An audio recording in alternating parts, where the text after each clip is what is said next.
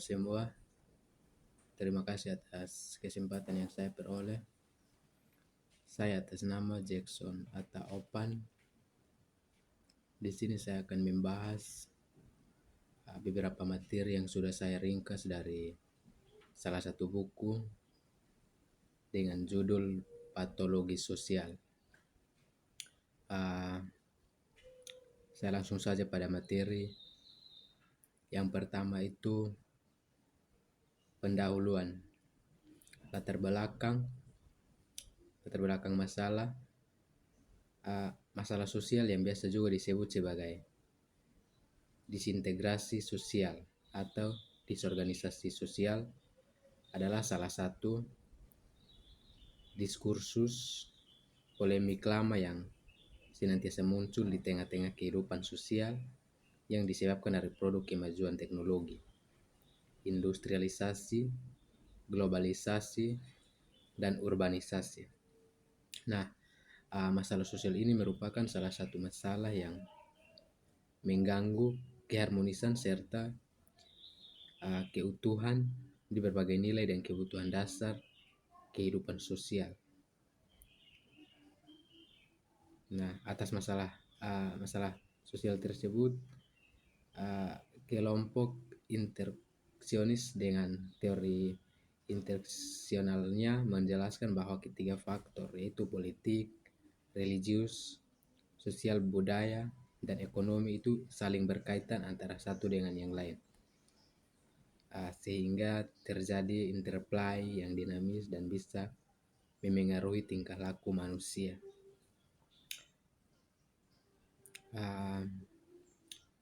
Yang berikut itu tentang teori-teori perubahan sosial. Di situ ada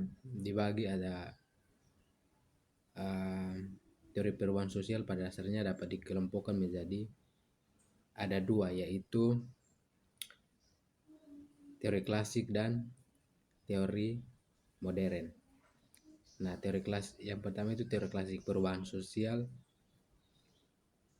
Di situ dibagi lagi menjadi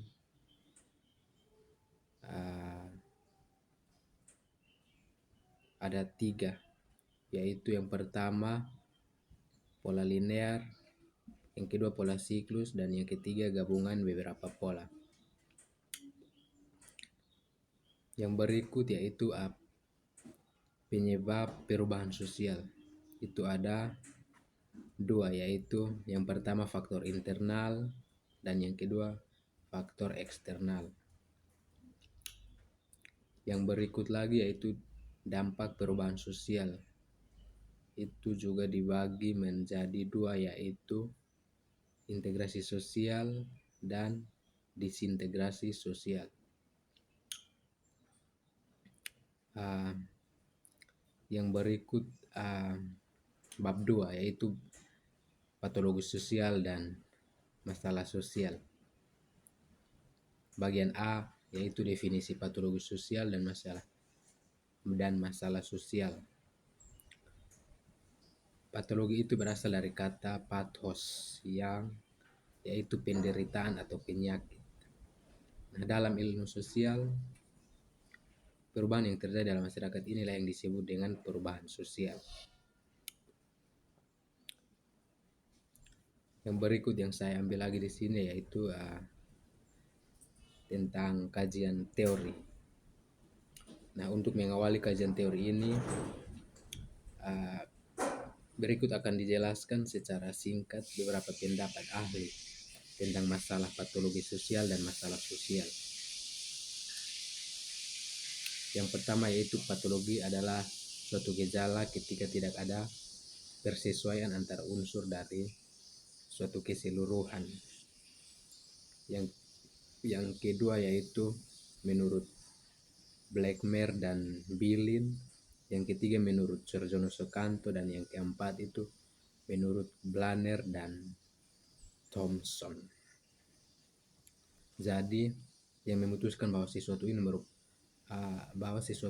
itu merupakan masalah sosial atau bukan adalah masyarakat yang kemudian disosialisasikan melalui suatu entitas. Yang kedua yaitu konsep patologi sosial. Ada berbagai macam pendapat dari para ahli tentang masalah-masalah sosial.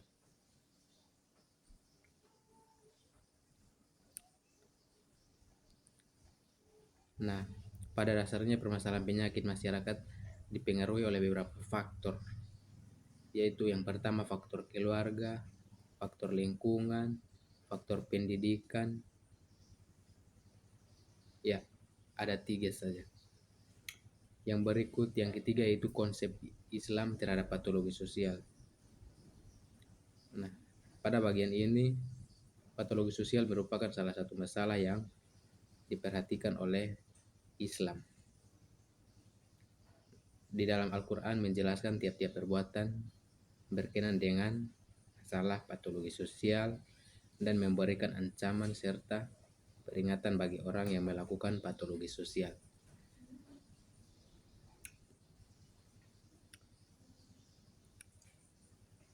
Yang bagian B, sejarah dan latar belakang munculnya patologi sosial. Ya, manusia sebagai makhluk yang cenderung selalu ingin memenuhi kebutuhan hidupnya,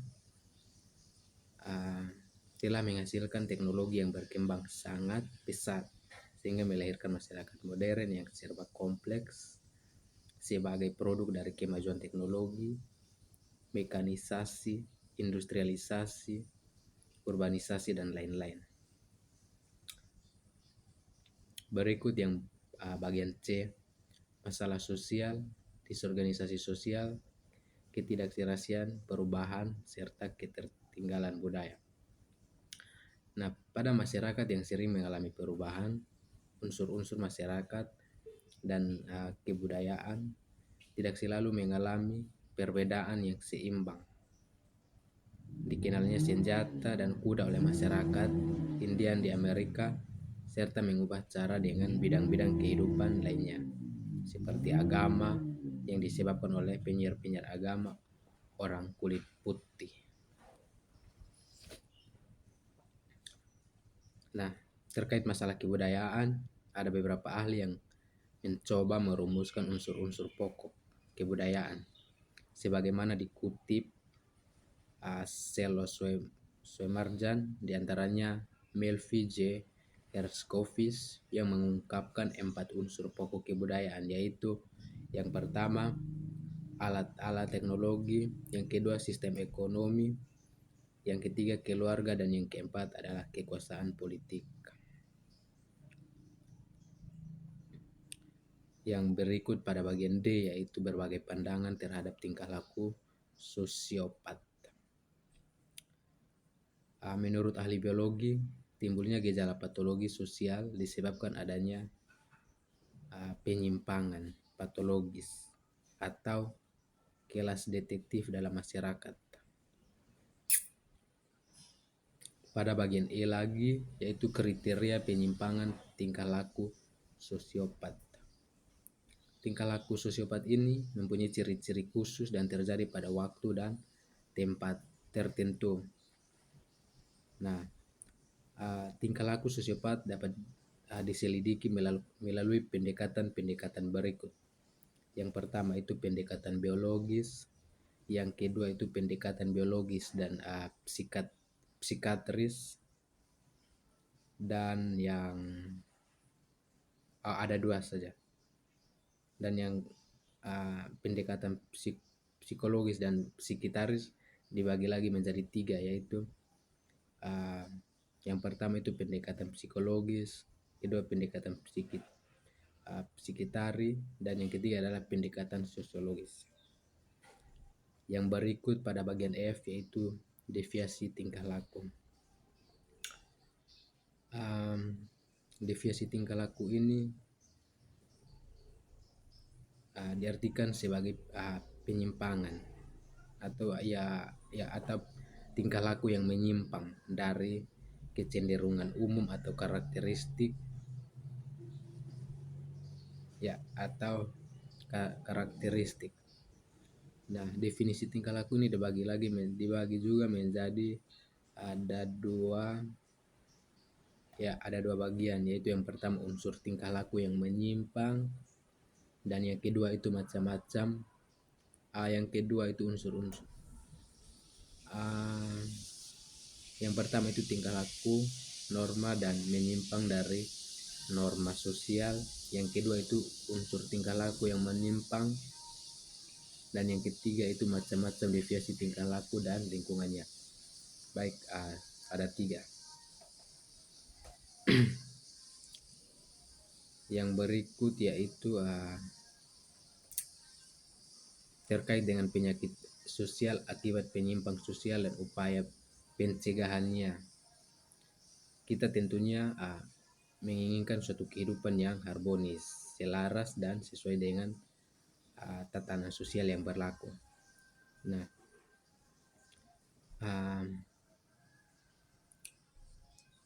penyimpang sosial dan upaya pencegahannya dapat dipelajari pada pembahasan berikut ini, yaitu yang pertama itu perilaku penyimpangan, yang kedua hal-hal yang mempengaruhi terjadinya perilaku penyimpangan, dan yang ketiga itu bentuk-bentuk penyimpanan, keempat sifat-sifat penyimpangan, dan yang kelima itu dampak perilaku penyimpangan sosial, yang keenam upaya pencegahan penyimpangan sosial dalam keluarga dan masyarakat,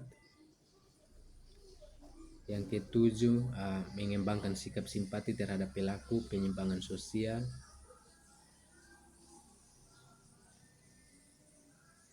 ya itu saja. Yang berikut bab 3 yaitu individu sosiopat dan reaksi sosial. Pada bagian A yaitu proses diferensiasi dan sosialisasi. Perilaku menyimpang merupakan hasil dari proses sosialisasi yang tidak sempurna. Karena dalam materi pendahulu sudah kita bahas bahwa nilai dan norma adalah suatu pedoman untuk mengatur perilaku manusia. Nah, pembentukan perilaku menyimpang merupakan suatu proses yang dapat dilihat dan dari berbagai sudut pandang berikut. Yang pertama itu sebab terjadinya perilaku menyimpang dari sudut pandang sosiologi. Yang kedua itu sebab terjadinya perilaku menyimpang dari sudut pandang biologi.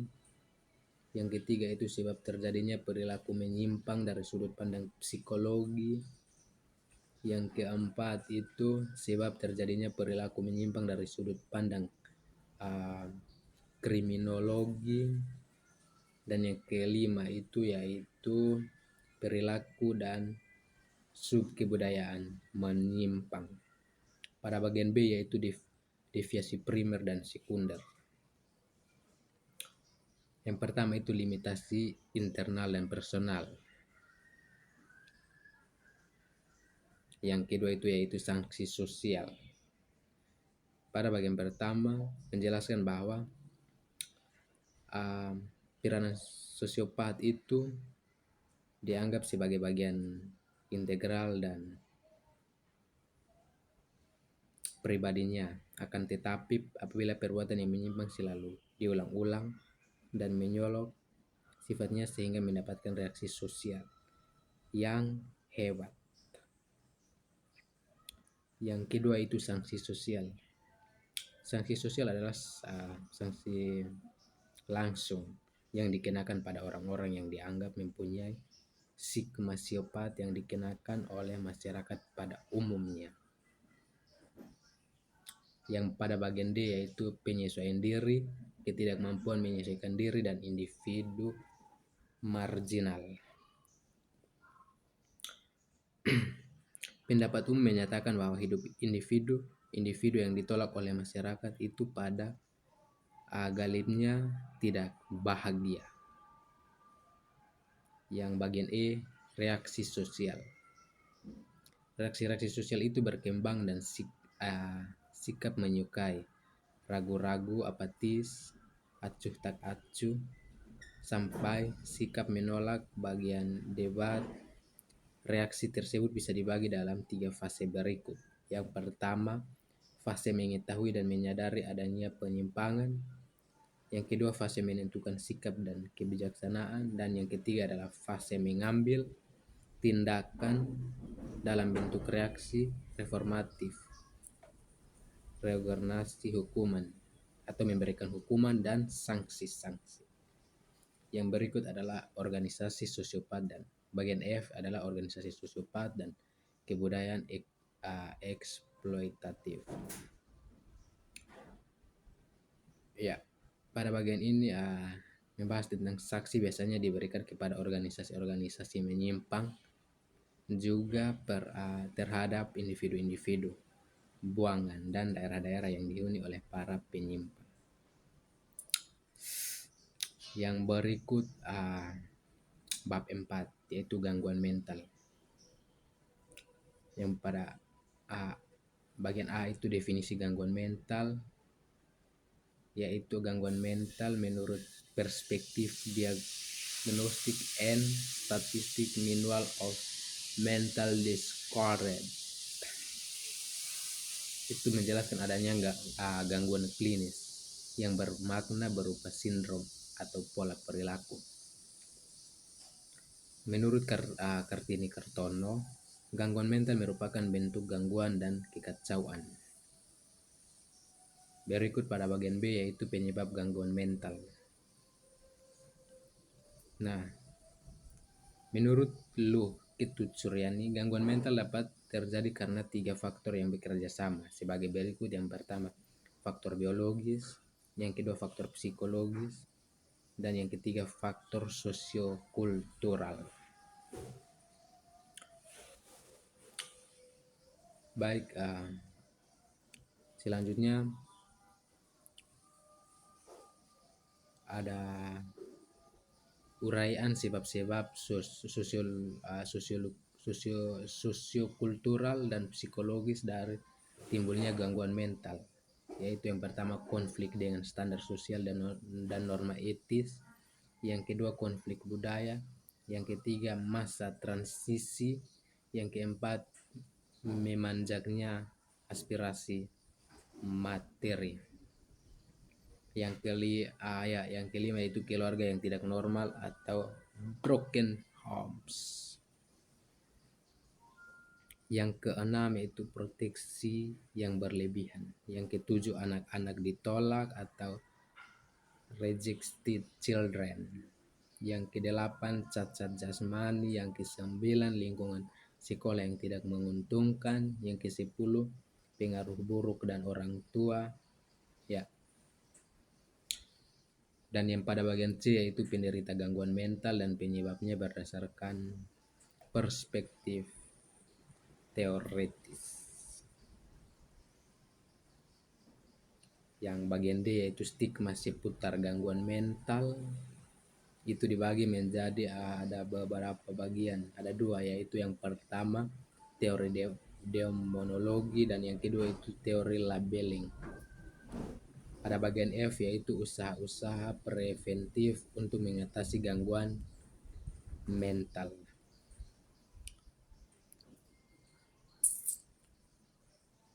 Yang berikut adalah pembinaan mental dan perspektif dalam perspektif Islam. Ya,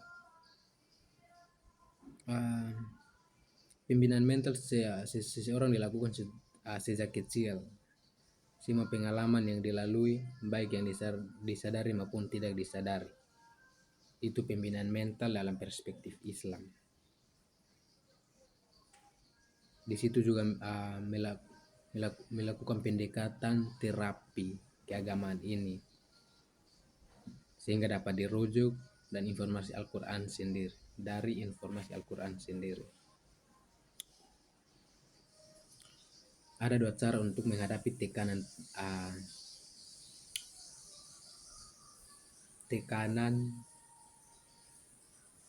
gangguan mental, yaitu yang pertama ilmu pengetahuan, agama dan kepercayaan.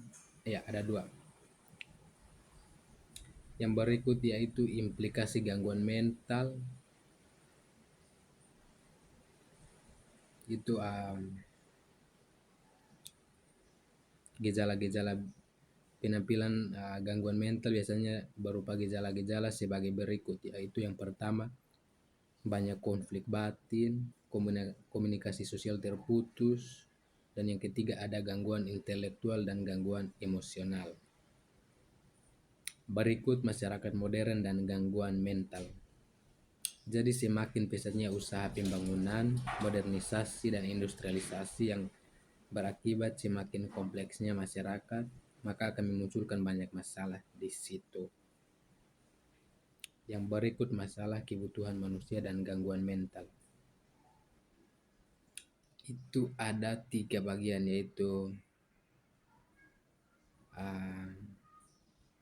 kebutuhan fisik biologis, organis atau kebutuhan vital.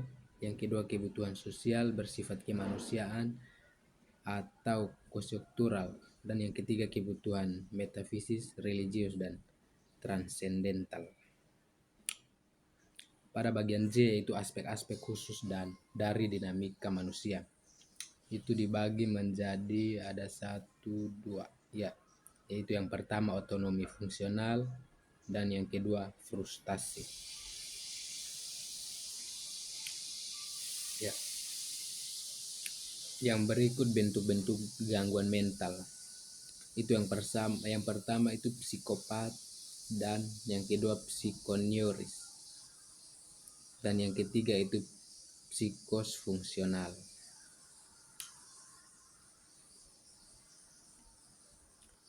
Ya, berikut lagi ada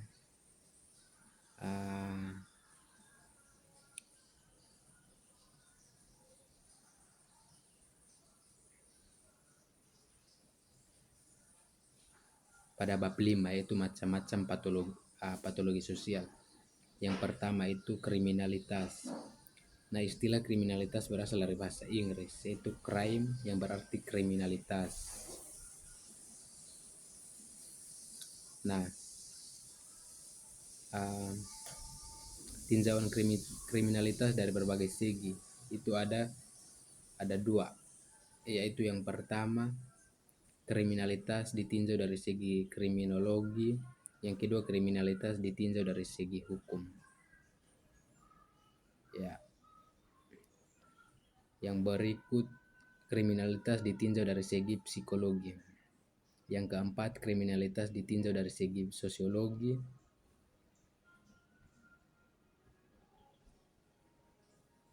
Ya, ada 4. Yang berikut adalah kriminalitas dari teori-teorinya. Itu yang pertama teori teologis, teori filsafat manusia, teori kemauan bebas, teori faal atau tubuh, teori faktor sosial, dan teori biososiologis, teori spiritual.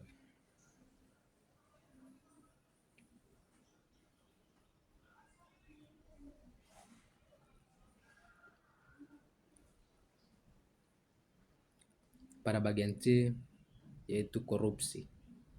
Tampaknya korupsi telah menjadi masalah nasional bahkan internasional yang sulit untuk diberantas di berbagai negara dunia. Nah, yang pertama itu pandangan hukum dan korupsi. Itu ada beberapa pasal, yaitu pasal 5, pasal 6. Ya. Yang berikut yaitu tanggapan pemerintah dari dan rakyat terhadap korupsi.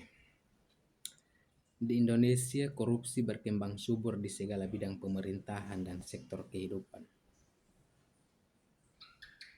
Rakyat kecil yang tidak memiliki alat guna melakukan koreksi dan memberikan sanksi pada umumnya bersikap acuh tak acuh.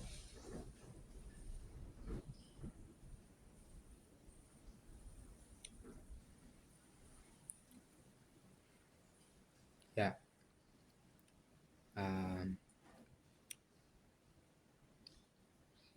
Yang berikut yaitu konflik sosial dan premanisme.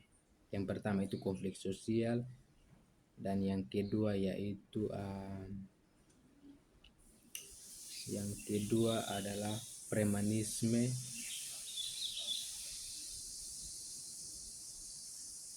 Nah, uh, premanisme yaitu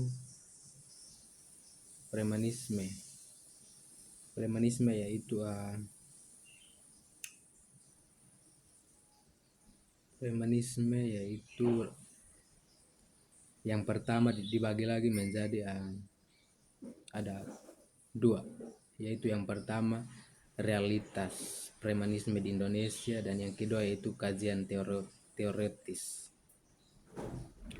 Baik, demikian hasil presentasi saya, dan waktu selanjutnya saya berikan kepada teman-teman semua dan ibu dosen untuk menanggapi hasil dan usaha yang sudah saya hasil dan usaha berbagai materi yang sudah saya membacakan tadi. Terima kasih.